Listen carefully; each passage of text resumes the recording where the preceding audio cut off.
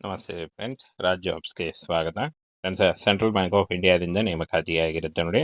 ಸಂಪೂರ್ಣವಾಗಿ ಸರ್ಕಾರಿ ಉದ್ಯೋಗಗಳು ಮತ್ತು ಕಾಯಂ ಉದ್ಯೋಗಗಳಾಗಿರ್ತವೆ. ಈ ಒಂದು ಹುದ್ದೆಗಳು ಕಾಯಂ ಹುದ್ದೆಗಳಾಗಿರ್ತವೆ ನೋಡಿ. 4500 ಹುದ್ದೆಗಳಾಗಿರ್ತವೆ ನೋಡಿ. ಈ ಒಂದು 4500 ಹುದ್ದೆಗಳಿಗೆ ನೀವು ಪುರುಷ ಮತ್ತು ಮಹಿಳಾ ಅಭ್ಯರ್ಥಿಗಳು ಇಬ್ಬರು ಅರ್ಜಿಗಳನ್ನ ಸಲ್ಲಿಸಬಹುದು. ಇದರ ಒಂದು ನೋಟಿಫಿಕೇಶನ್ನ ನಮ್ಮ ಟೆಲಿಗ್ರಾಮ್ ಚಾನಲ್ ಇರುತ್ತೆ ನೋಡಿ, ಅಲ್ಲಿ ಹೋಗಿ ಡೌನ್ಲೋಡ್ ಮಾಡಿಕೊಂಡು ಇನ್ನೂ ಹೆಚ್ಚಿನ ಮಾಹಿತಿಯನ್ನು ತಿಳ್ಕೊಳ್ಬಹುದಾಗಿರುತ್ತೆ.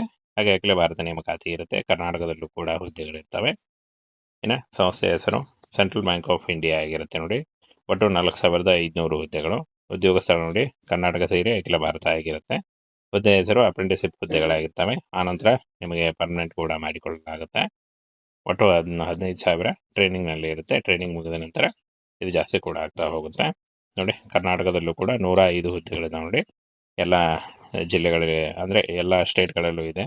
ಹಾಗೆ ಕರ್ನಾಟಕದಲ್ಲಿ 105 ಹುದ್ದೆಗಳಿದೆ ನೋಡಿ. ಈ ಒಂದು 105 ಹುದ್ದೆಗಳು ಯಾವ್ಯಾವ ಜಿಲ್ಲೆಗಳಲ್ಲಿ ಎಷ್ಟು ಹುದ್ದೆಗಳು ಅಂತ ಕೂಡ ಮಾಹಿತಿಯನ್ನು ಇಲ್ಲಿ ಕೊಟ್ಟಿದ್ದಾರೆ ನೋಡಿ. ಬೆಂಗಳೂರು ಜಿಲ್ಲೆ 2 ಹುದ್ದೆಗಳು, ಬೆಂಗಳೂರು ಗ್ರಾಮಾಂತರ 3 ಹುದ್ದೆ, ಬೆಂಗಳೂರು ಅರ್ಬನ್ 35, ಹಾಗೆ ಚಾಮರಾಜನಗರ 1, ಚಿಕ್ಕಬಳ್ಳಾಪುರ 3, ಚಿಕ್ಕಮಗಳೂರು 1, ಹಾಸನ 3, ಕೊಡಗು 3, ಹಾಗೆ ಕೋಲಾರ 1, ಮಂಡ್ಯ 2, ಹಾಗೂ ಮೈಸೂರು 4, ರಾಮನಗರ 2, ತುಮಕೂರು 1, ಬಾಗಲಕೋಟೆ 4, ಹಾಗೂ ಬಳ್ಳಾರಿ 2, ಬೆಳಗಾವಿ 3, ಬೀದರ್ 1, ಹಾಗೆಯೇ ಚಿತ್ರದುರ್ಗದಲ್ಲಿ 1 ಹುದ್ದೆ ಇದೆ.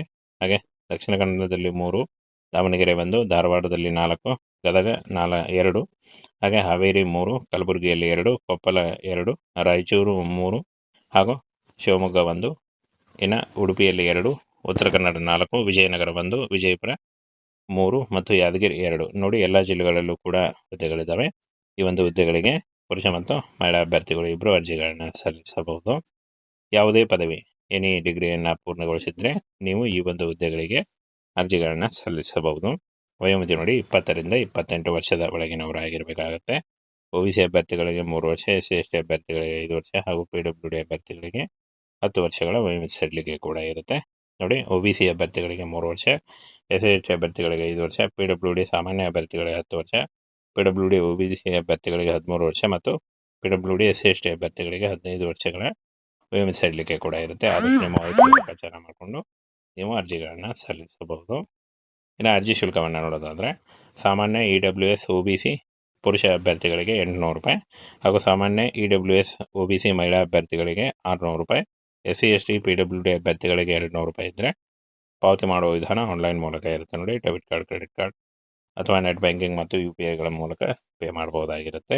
ಇನ್ನು ಆಯ್ಕೆ ಪ್ರಕ್ರಿಯೆಯನ್ನು ನೋಡೋದಾದರೆ, ಆನ್ಲೈನ್ ಪರೀಕ್ಷೆ ಇರುತ್ತೆ. ವೈದ್ಯಕೀಯ ಫಿಟ್ನೆಸ್ ಮತ್ತು ದಾಖಲೆ ಪರಿಶೀಲನೆ ಮೂಲಕ ಆಯ್ಕೆಯನ್ನು ಮಾಡಿಕೊಳ್ಳಲಾಗುತ್ತೆ. ಆನ್ಲೈನ್ ಅರ್ಜಿಗಳನ್ನು ಸಲ್ಲಿಸಬೇಕಾಗುತ್ತೆ.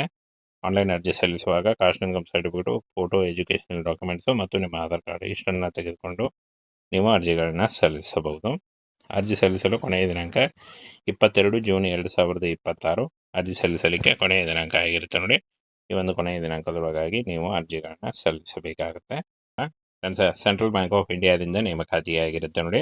ಸಂಪೂರ್ಣವಾಗಿ ಸರ್ಕಾರಿ ಉದ್ಯೋಗಗಳು ಮತ್ತು ಕಾಯಂ ಉದ್ಯೋಗಗಳಾಗಿರ್ತವೆ. ಈ ಒಂದು ಹುದ್ದೆಗಳು ಕಾಯಂ ಹುದ್ದೆಗಳಾಗಿರ್ತವೆ ನೋಡಿ. 4500 ಹುದ್ದೆಗಳಾಗಿರ್ತವೆ ನೋಡಿ. ಈ ಒಂದು 4500 ಹುದ್ದೆಗಳಿಗೆ ನೀವು ಪುರುಷ ಮತ್ತು ಮಹಿಳಾ ಅಭ್ಯರ್ಥಿಗಳು ಇಬ್ಬರು ಅರ್ಜಿಗಳನ್ನ ಸಲ್ಲಿಸಬಹುದು. ಇದರ ಒಂದು ನೋಟಿಫಿಕೇಶನ್ನ ನಮ್ಮ ಟೆಲಿಗ್ರಾಮ್ ಚಾನಲ್ ಇರುತ್ತೆ ನೋಡಿ, ಅಲ್ಲಿ ಹೋಗಿ ಡೌನ್ಲೋಡ್ ಮಾಡಿಕೊಂಡು ಇನ್ನೂ ಹೆಚ್ಚಿನ ಮಾಹಿತಿಯನ್ನು ತಿಳ್ಕೊಳ್ಬಹುದಾಗಿರುತ್ತೆ. ಹಾಗೆ ಅಖಿಲ ಭಾರತ ನೇಮಕಾತಿ ಇರುತ್ತೆ. ಕರ್ನಾಟಕದಲ್ಲೂ ಕೂಡ ಹುದ್ದೆಗಳಿರ್ತವೆ. ಇನ್ನು ಸಂಸ್ಥೆಯ ಹೆಸರು ಸೆಂಟ್ರಲ್ ಬ್ಯಾಂಕ್ ಆಫ್ ಇಂಡಿಯಾ ಆಗಿರುತ್ತೆ ನೋಡಿ. ಒಟ್ಟು 4500 ಹುದ್ದೆಗಳು. ಉದ್ಯೋಗ ಸ್ಥಳ ನೋಡಿ ಕರ್ನಾಟಕ ಸೇರಿ ಅಖಿಲ ಭಾರತ ಆಗಿರುತ್ತೆ. ಹುದ್ದೆ ಹೆಸರು ಅಪ್ರೆಂಟಿಸಿಪ್ ಹುದ್ದೆಗಳಾಗಿರ್ತವೆ. ಆನಂತರ ನಿಮಗೆ ಪರ್ಮನೆಂಟ್ ಕೂಡ ಮಾಡಿಕೊಳ್ಳಲಾಗುತ್ತೆ. ಒಟ್ಟು 15,000 ಟ್ರೈನಿಂಗ್ನಲ್ಲಿ ಇರುತ್ತೆ. ಟ್ರೈನಿಂಗ್ ಮುಗಿದ ನಂತರ ಇದು ಜಾಸ್ತಿ ಕೂಡ ಆಗ್ತಾ ಹೋಗುತ್ತೆ ನೋಡಿ. ಕರ್ನಾಟಕದಲ್ಲೂ ಕೂಡ 105 ಹುದ್ದೆಗಳಿದೆ ನೋಡಿ. ಎಲ್ಲ ಜಿಲ್ಲೆಗಳಲ್ಲಿ ಅಂದರೆ ಎಲ್ಲ ಸ್ಟೇಟ್ಗಳಲ್ಲೂ ಇದೆ. ಹಾಗೆ ಕರ್ನಾಟಕದಲ್ಲಿ 105 ಹುದ್ದೆಗಳಿದೆ ನೋಡಿ. ಈ ಒಂದು 105 ಹುದ್ದೆಗಳು ಯಾವ್ಯಾವ ಜಿಲ್ಲೆಗಳಲ್ಲಿ ಎಷ್ಟು ಹುದ್ದೆಗಳು ಅಂತ ಕೂಡ ಮಾಹಿತಿಯನ್ನು ಇಲ್ಲಿ ಕೊಟ್ಟಿದ್ದಾರೆ ನೋಡಿ.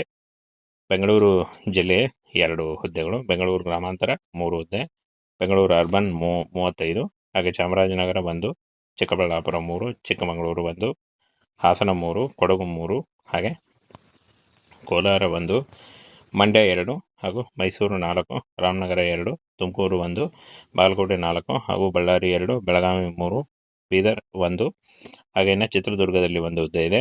ಹಾಗೆ ದಕ್ಷಿಣ ಕನ್ನಡದಲ್ಲಿ 3, ದಾವಣಗೆರೆ 1, ಧಾರವಾಡದಲ್ಲಿ 4, ಗದಗ 2, ಹಾಗೆ ಹಾವೇರಿ 3, ಕಲಬುರಗಿಯಲ್ಲಿ 2, ಕೊಪ್ಪಳ 2, ರಾಯಚೂರು 3 ಹಾಗೂ ಶಿವಮೊಗ್ಗ 1, ಇನ್ನು ಉಡುಪಿಯಲ್ಲಿ 2, ಉತ್ತರ ಕನ್ನಡ 4, ವಿಜಯನಗರ 1, ವಿಜಯಪುರ 3 ಮತ್ತು ಯಾದಗಿರಿ 2 ನೋಡಿ ಎಲ್ಲ ಜಿಲ್ಲೆಗಳಲ್ಲೂ ಕೂಡ ಹುದ್ದೆಗಳಿದ್ದಾವೆ.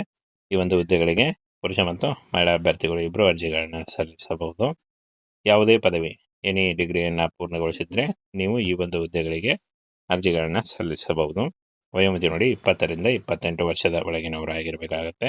OBC ಅಭ್ಯರ್ಥಿಗಳಿಗೆ 3 ವರ್ಷ, SC/ST ಅಭ್ಯರ್ಥಿಗಳಿಗೆ 5 ವರ್ಷ ಹಾಗೂ PWD ಅಭ್ಯರ್ಥಿಗಳಿಗೆ 10 ವರ್ಷಗಳ ವಯೋಮಿತಿ ಸಡಿಲಿಕೆ ಕೂಡ ಇರುತ್ತೆ.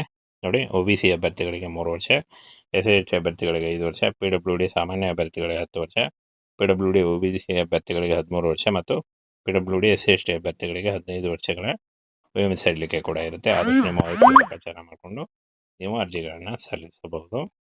ಇನ್ನು ಅರ್ಜಿ ಶುಲ್ಕವನ್ನು ನೋಡೋದಾದರೆ ಸಾಮಾನ್ಯ EWS OBC ಪುರುಷ ಅಭ್ಯರ್ಥಿಗಳಿಗೆ 800 ರೂಪಾಯಿ ಹಾಗೂ ಸಾಮಾನ್ಯ EWS OBC ಮಹಿಳಾ ಅಭ್ಯರ್ಥಿಗಳಿಗೆ 600 ರೂಪಾಯಿ, SC/ST PWD ಅಭ್ಯರ್ಥಿಗಳಿಗೆ 200 ರೂಪಾಯಿ ಇದ್ದರೆ ಪಾವತಿ ಮಾಡುವ ವಿಧಾನ ಆನ್ಲೈನ್ ಮೂಲಕ ಇರುತ್ತೆ. ನೋಡಿ, ಡೆಬಿಟ್ ಕಾರ್ಡ್, ಕ್ರೆಡಿಟ್ ಕಾರ್ಡ್ ಅಥವಾ ನೆಟ್ ಬ್ಯಾಂಕಿಂಗ್ ಮತ್ತು UPIಗಳ ಮೂಲಕ ಪೇ ಮಾಡಬಹುದಾಗಿರುತ್ತೆ. ಇನ್ನು ಆಯ್ಕೆ ಪ್ರಕ್ರಿಯೆಯನ್ನು ನೋಡೋದಾದರೆ ಆನ್ಲೈನ್ ಪರೀಕ್ಷೆ ಇರುತ್ತೆ. ವೈದ್ಯಕೀಯ ಫಿಟ್ನೆಸ್ ಮತ್ತು ದಾಖಲೆ ಪರಿಶೀಲನೆ ಮೂಲಕ ಆಯ್ಕೆಯನ್ನು ಮಾಡಿಕೊಳ್ಳಲಾಗುತ್ತೆ. ಆನ್ಲೈನ್ ಅರ್ಜಿಗಳನ್ನು ಸಲ್ಲಿಸಬೇಕಾಗುತ್ತೆ.